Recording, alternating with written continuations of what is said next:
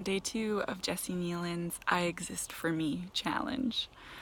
So today we're talking about our feelings and needs and desires being valid. And yesterday I started with day 1 of this challenge. A part of me felt really anxious about sharing that video, and like all day I was just like really in my thoughts and my heads and like feeling super anxious. I don't know, that's the word that I'm using. Interesting how she I like that she chose to talk about this today, because as a woman, as an INFJ, I know that I have a really hard time recognizing what I'm feeling, and so an even harder time recognizing that what I'm feeling is valid because I'm not even sure what I'm feeling most of the time. So I use the word anxious, but I'm not even sure if that really describes that's a word that I've only recently started using, because I don't use words to describe how I'm feeling, and that's something that I know that I need to learn. So when it comes to like this course that I'm doing with Jessie, in a way a part of me wanted to kind of regurgitate all of the things that she's saying, because she says it so beautifully and so well, and I really like and enjoy like all of these like ideas and like these things that she brings up. But I'm not going to try to do that. I think that's part of why I felt the way I felt yesterday. I wasn't like staying true to me. And so I was getting lost in that. Well, when I was following Jessie Nealon's work, I was feeling like that was my woman's work at the time that I started following her, which is years ago. And I'm seeing that that's not necessarily like true now. And I'm so glad that some of you commented on the video yesterday. So I'm really shaky today. Because it just reminded me, you know, that maybe that's not the work that I do need to focus on, and that these themes can have so many different facets and are so vast and can apply to so many people.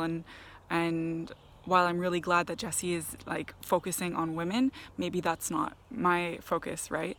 And so anyway, that's just kind of the thinking behind these things. But going back to today's theme, so recognizing that my feelings, needs, and desires are valid. It's interesting because I just made a video kind of trying to touch on some of this stuff recently, on expectations and knowing what our actual needs are. And I guess what comes up for me today around this stuff is how I've recognized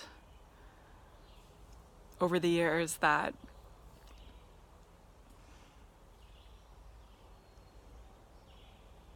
because I don't recognize what I'm feeling, sometimes I will explode. Sometimes things will come out in a way that I don't feel proud of. And so I've had to try to start to find ways to actually recognize what I'm feeling. Otherwise, it kind of stays trapped within you, right? I've learned so much about energy and how everything is energy in this past year. And so today I was walking in the woods here, and I decided to stop where there's just like a bunch of trash in the forest, because it made me think of what like of the like emotions, and how we kind of just dump things or leave things within us, and we don't kind of like clean them up or clear them away, and we don't like take the time to notice that they're there. And if we kind of just leave it, well, it'll just stay there and rot like inside of you. And so a lot of practices that I've like started developing, I'm still not an expert, but things that have helped, and one thing that has always helped is journaling. It's been like, I think if I didn't just start journaling like as a really young child, my whole life would have been a lot harder. So just journaling, just really like free flow writing whatever is within me and letting it out. And also like meditation. See, these are all videos that I've actually talked about in the past, so I'll eventually like link to them, but I can't right now because I don't have a computer. But I'll put links up in here, and maybe you can check them out if you want to hear more about these ideas. But so meditation has really helped me, that idea of equanimity. So when you're like, meditation as a practice to recognize like what is going on within you in terms of sensations, but also like what emotions rise up, right? So that you can see them, which is like a big thing for me, but then also like not react to them right away.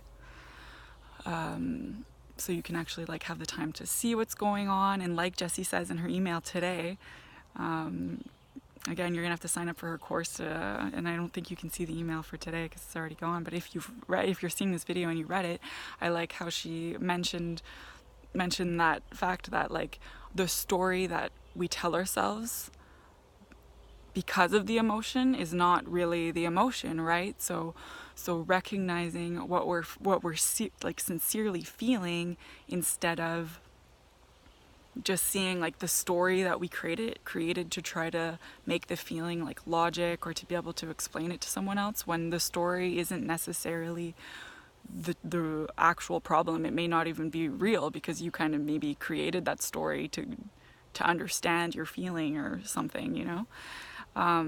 So recognizing the feeling and like kind of detaching yourself from it so you can actually see what's going on there and maybe deal with it in a different way.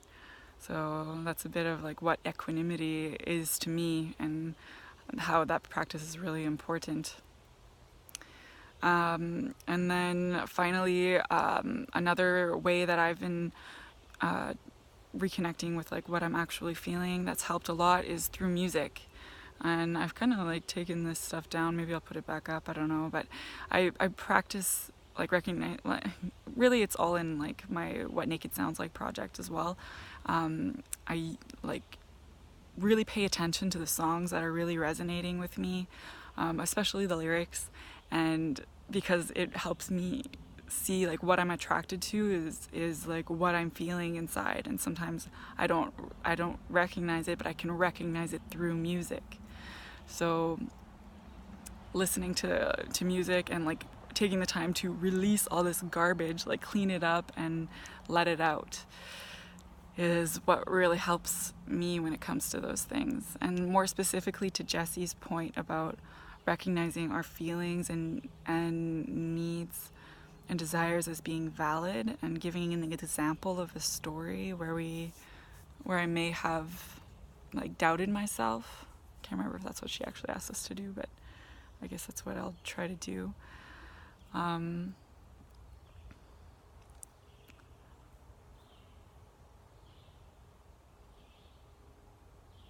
I don't know, like to get so specific, I feel like it's just been a lot of my existence has been like doubting what I'm actually feeling because I'm not confident in expressing it. Same with my needs, like my boundaries, you know, like all kind of tying back to not knowing myself, not having like this sense of self and being able to clearly state like, this is what I need, this is what I'm feeling, and this is what I want. And so I'm still on that path to being able to really express that and like feeling confident about it so that I know that it's valid, right? But that's the journey that I'm on right now, and I think that I'm getting closer to finding that. And so if you have any ideas, any tips, any like examples of stories, anything that comes up for you, as always, love the exchanges, love hearing from you.